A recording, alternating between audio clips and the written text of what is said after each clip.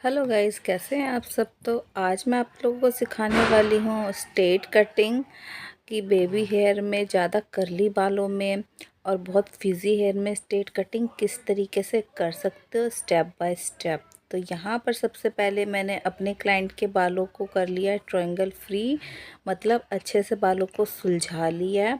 उसके बाद मैंने बॉटल स्प्रे से बालों को अच्छी तरीके से गीले कर लिए। तो इनके बाल क्या है, बहुत ज़्यादा करली है, बहुत ज़्यादा बाल करली थे, तो मैंने इनके बालों में करा है ब्लो ड्राई। पहले बालों को थोड़ा थोड़ा स्ट्रेट कटिंग करने के लिए एक अच्छे से कटिंग में फिनिशिंग आए, इसलिए मैंने इनके बालों में पहले थोड़ा सा ब्लो ड्रायर करके बालों को स्ट्रेट कर लिया है।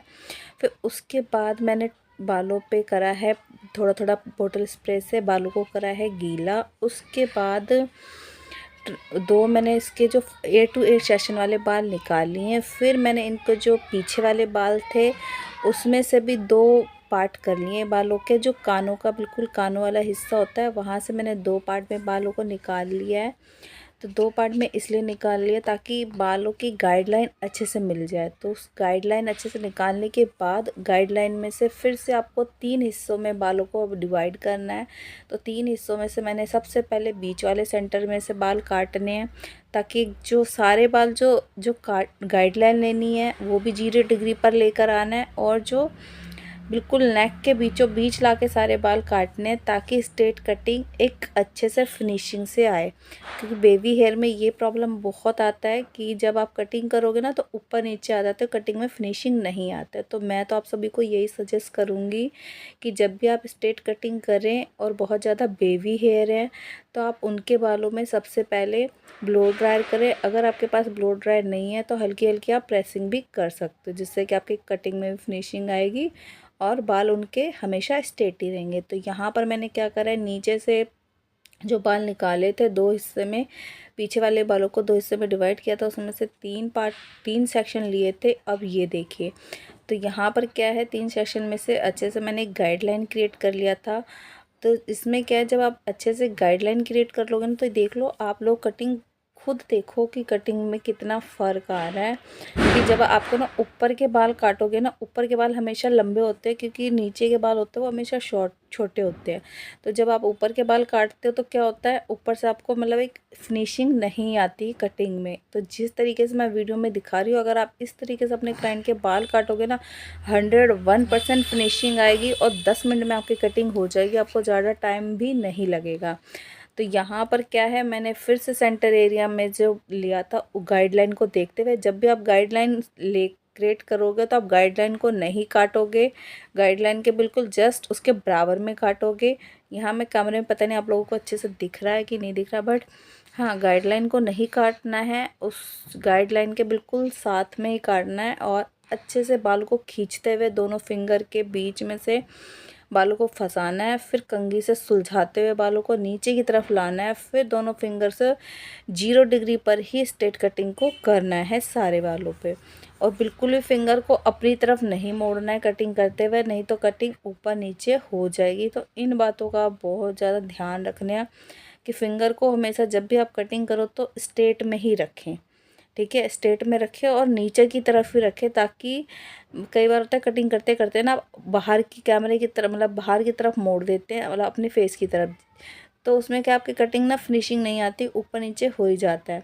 तो जब भी आप कटिंग करें तो उसको नीचे की तरफ ही रखें और सारे बालों को 0 डिग्री पर काटें, बिल्कुल सेंटर में लाकर। तो यहाँ पर मैंने मेरे सारे बैक के बाल कट चुके हैं। अब मैं क्या कर रही हूँ, पीछे से मैं बाल ला रही हूँ, जो एयर टू एयर सेशन के बाल थे उसको भी मैं पीछे की तरफ ही ला रही हूँ। इसको एयर टू एयर सेशन जो बाल निकालोगे उसको आगे की तरफ नहीं करना है, अगर आप स्ट्रेट कटिंग कर रहे हो तो इसको भी आप पीछे की तरफ ही लाएंगे और शोल्डर के थोड़े पास लाके उसे काटेंगे, ताकि अगर आपका क्लाइंट बालों को खोलता है तो बाल स्ट्रेट ही दिखे, या वो क्लचर लगाए तब भी स्ट्रेट दिखे, मतलब कुछ भी करे पीछे तो वो आपके उनकी कटिंग एक स्ट्रेट ही दे, स्ट्रेट लुक की दिखे कि हाँ स्ट्रेट कटिंग कराई हुई है इन्होंने। तो इस तरीके से दोनों साइड से बालों को सुलझाते हुए अच्छे से बालों को काट लेना है। और जो भी आपने एयर टू एयर सेशन के बाल है उसे पीछे लाके ही काटना है। तो यहाँ पर मेरी पूरी कटिंग कंप्लीट हो चुकी है। आप सब देखो 10 मिनट में स्ट्रेट कटिंग कट के रेडी हो चुका है। और यहाँ पर मैं अच्छे से बालों को चेक कर रही हूँ, कंघी के साथ ट्रायंगल फ्री कर रही हूँ, ताकि बालों अगर कहीं पर एक दो बाल आपस में उलझ के ऊपर नीचे हो तो वो नीचे आ जाए और मैं उसको हल्की हल्की फिनिशिंग दे सकूँ और कटिंग इक्वल कर सकूँ। तो यहाँ पर गाइस मेरा एक साइड से थोड़े से बाल लंबे हैं कि जो कि शोल्डर एरिया से ही है। तो मैं यहाँ पर फिर से मैंने बालों को सुलझाते हुए अच्छी तरीके से कोम के मदद से अच्छे से बालों को सुलझाते हुए फिर इसको दो हिस्से में बालों को डिवाइड कर लिया, दो हिस्सों में भाग ले लिया है।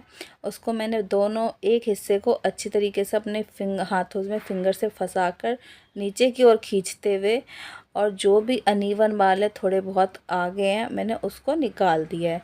अब सेम मैं दूसरी तरीके से दूसरी साइड भी करूँगी, अच्छे से बालों को कंघी करते हुए बालों को सुलझाते हुए और थोड़ी सी उसकी सब तरफ से गाइडलाइन लेते हुए ताकि कटिंग में इक्वलिटी रहे।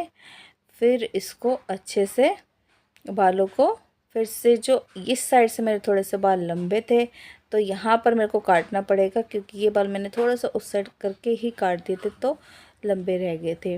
तो इसको यहाँ पर भी मैं इसको भी काट रही हूँ अच्छे से।